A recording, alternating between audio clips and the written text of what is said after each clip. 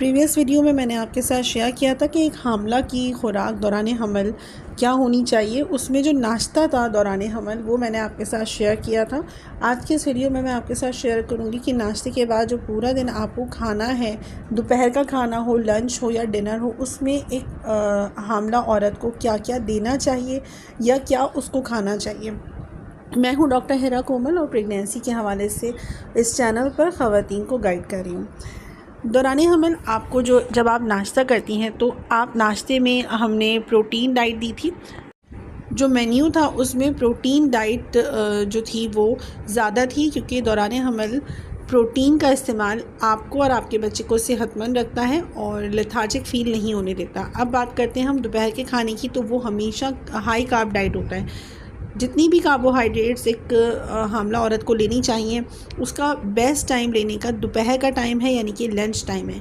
Lunch time में आपको क्या करना है कि चावल है या ऐसी कोई सब्ज़ी है या ऐसा कोई खाना जैसे आलू हैं, चावल हैं या कोई हाई ग्लाइसेमिक इंडेक्स फूड है, वो आप दोपहर के टाइम में ले सकती हैं। खाने में आप दाल, चावल, सब्ज़ी और प्रोटीन आप इस्तेमाल कर सकती हैं, लेकिन दाल, चावल, सब्ज़ी या दही का इस्तेमाल भी आप कर सकती हैं। दही एक बेहतरीन प्रोबायोटिक है और दोपहर के टाइम में इसका इस्तेमाल करना ठीक रहता है। डेली एक हामला औरत को 3 से 4 बनाना भी खाने चाहिए, क्योंकि बनाना के अंदर बहुत सारे ट्रेस मिनरल्स मौजूद होते हैं जो आपके हमल को कंसीव करने को, आपकी प्रेगनेंसी को आसान बनाते हैं और वो एनर्जाइज्ड फीलिंग देते हैं। अब हाई कार्ब डाइट से क्या होता है कि पूरा दिन आपको जो एनर्जी है वो बहुत हाई रहती है। और एक और चीज़ का ध्यान रखना है कि आपको सलाद का इस्तेमाल ज़्यादा करना है। सब्ज़ी आप पका कर खा लें या आप उसको किसी भी फॉर्म में लें, लेकिन सलाद की फॉर्म में 1 प्याली रोज़ाना आपको सब्ज़ी, कच्ची सब्ज़ी जो होती है सलाद की फॉर्म में, जैसे टमाटर है, खीरा है, बंद गोभी है और भी बहुत सारी जो सलाद की फॉर्म में चुकंदर है, जो सब्ज़ियाँ सलाद में डलती हैं वो आपको 1 बाउल रोज़ाना खाना ही चाहिए। क्योंकि इससे क्या होता है कि आपके अंदर फ़ाइबर जो होता है वो गुड अमाउंट में पहुँच जाता है आपकी बॉडी के अंदर, जिससे आपको कब्ज़ नहीं होता। क्योंकि दौरान हमल कब्ज़ हो जाए तो फिर वो काफ़ी प्रॉब्लमेटिक होता है आपकी बच्चे के लिए, आपके लिए, आपकी हेल्थ के लिए।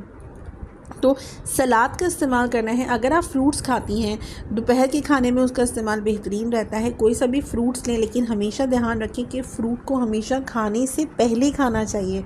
15-20 मिनट पहले आप फ्रूट खा लें एंड देन फ्रूट अगर आप खाने के बाद खाएंगी तो वो आपको स्वेलिंग भी दे सकता है, लेथार्जिक फीलिंग देगा और पेट में प्रॉपर तरीके से वो हज़म भी नहीं होता है, तो फिर लूज़ मोशन या डायरिया लग सकता है। तो कोशिश करें फ्रूट्स को हमेशा खाने से 15-20 मिनट पहले खाएं एंड देन आप खाने का इस्तेमाल करें। तो ये एक प्रॉपर तरीका होता है, प्रोटोकॉल होता है जितने भी फ्रूट्स होते हैं उसको खाने का। लिए ऐसा होता है कि प्रेगनेंसी के चौथे या 5वें या 6ठे महीने कुछ ख़वातीन को गेस्टेशनल डायबिटीज़ डायग्नोज होती है और उन्हें पहले से नहीं होती शुगर, लेकिन दौरान हमल शुगर हो जाती है। तो फिर ये एक ब्लड टेस्ट होता है, उससे मालूम होता है।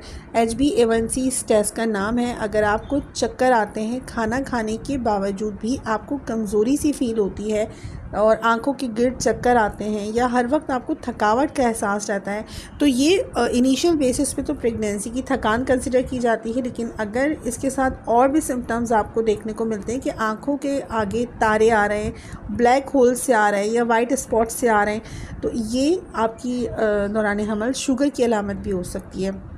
तो ऐसे टाइम पे डॉक्टर आपका टेस्ट करवाती है HbA1c। अगर उसमें पॉजिटिव आ जाती है, ये जो शुगर लेवल है ये पॉजिटिव आता है, तो फिर डॉक्टर आपको मेडिसिन शुरू करवाती है जो शुगर को कंट्रोल रखती है। तो अब आपको क्या करना है, अपने खाने को जो मील है उसको डिफरेंट पार्ट्स में जो है वो डिवाइड कर देना है। एक साथ बहुत सारा नहीं खाना, थोड़ा थोड़ा करके खाना है। अब आपको बहुत सारे फ्रूट, जैसे मैंने शुरू में बताया कि आप केले हैं या आम या इस तरह की चीज़ें खाने से आपको थोड़ा सा एहतियात करना चाहिए। ये डिपेंड करता है कि आपकी शुगर किस लेवल तक बढ़ी है। यूजुअली ये शुगर चली जाती है डिलीवरी के बाद, लेकिन अगर आपने अपनी डाइट का प्रॉपर ख्याल नहीं रखा तो फिर ये आपके साथ ज़िंदगी भर लगी भी रह सकती है शुगर।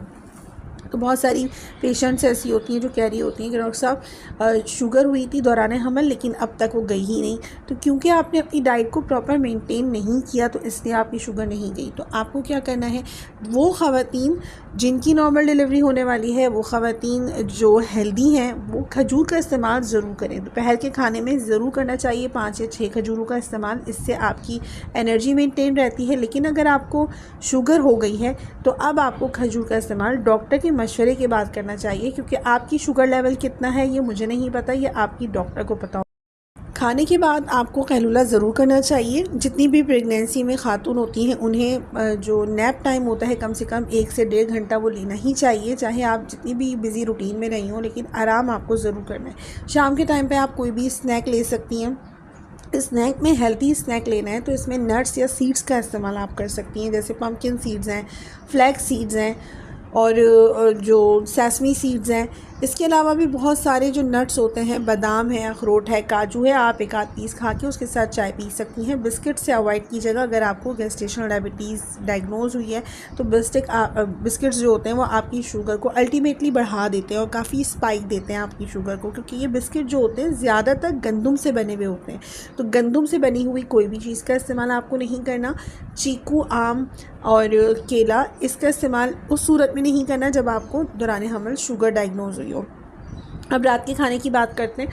रात के खाने में अगेन हम जैसे हमने नाश्ते में प्रोटीन रिच डाइट दी थी, तो अगेन मैं प्रोटीन रिच डाइट रेकमेंड करूँगी।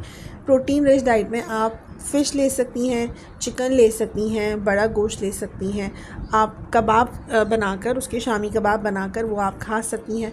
इसके साथ सलाद का इस्तेमाल अगेन आप कर सकती हैं, या आप कोई भी शोरबे वाला सालन भी पी सकती हैं। तो रात के खाने में गोश्त का होना ज़रूरी होता है। कोई सा भी गोश्त प्रॉपर फॉर्म में, या अंडे हैं आप उसको बॉयल करके उसका सालन बना के या उसको बॉयल फॉर्म में ले सकती हैं। It's all up to you.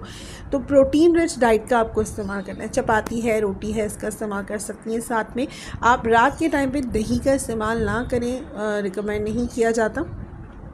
अगर ख़ास तौर से विंटर सीज़न में आपकी प्रेगनेंसी हुई है या प्रेगनेंसी आपकी चल रही है जिसमें सर्दियां हैं, तो उस टाइम पे आपको खांसी या सीना जाम हो जाता है बलगम की वजह से या इस वजह से, तो आपको ये प्रॉब्लम हो सकती है। तो दही जो होता है वो दोपहर के खाने की चीज़ है।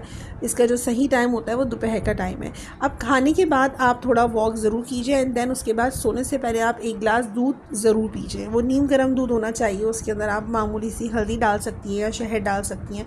तो ये ज़रूर आप पीजिए ताकि आपको दिन भर की जो थकान है वो ना हो, क्योंकि दूध जो होता है वो बॉडी के ऑर्गन्स को रिलैक्स करता है, अच्छी नींद आने में हेल्प करता है। तो ये तो सारी खुराक हो गई खामला की। मेरी वीडियोस में मौजूद है कि कौन सी खुराक है खामला को नहीं खानी चाहिए, इस पर भी मेरी वीडियो मौजूद है। एक प्रेग्नेंट औरत के लिए सिर्फ खुराक काफ़ी नहीं होती, उसको प्रॉपर आराम भी चाहिए होता है। आपकी रूटीन का एक प्रॉपर स्केड्यूल होना चाहिए जिसमें आपको आराम भी करना है, रात के टाइम पे वॉक भी करनी है, क्योंकि कुछ औरतों को छठे महीने के बाद सीने में तेज़ाबियत का प्रॉब्लम बहुत रहता है। वो कहती हैं जी मतलाता है या खट्टा पानी मुंह में आता है, मैदे का, खट्टी डकारें आती हैं। तो ऐसी कंडीशन में आपको खाना हमेशा थोड़ा थोड़ा करके खाना है। बाज़ार के जो खाने होते हैं उससे अवॉइड करना है, क्योंकि वो किसी भी तरह से साफ़ सुथरे या अच्छी क्वालिटी के तेल में नहीं पके हुए होते। उसके अलावा उसके अंदर मिर्चें या नमक मसाले ज़्यादा होते हैं। तो घर में आप ख़ुद खाना बनाएँ, अपनी सेहत का ख्याल रखें। मिलती हूँ किसी नेक्स्ट टॉपिक के साथ। अल्लाह हाफ़िज़।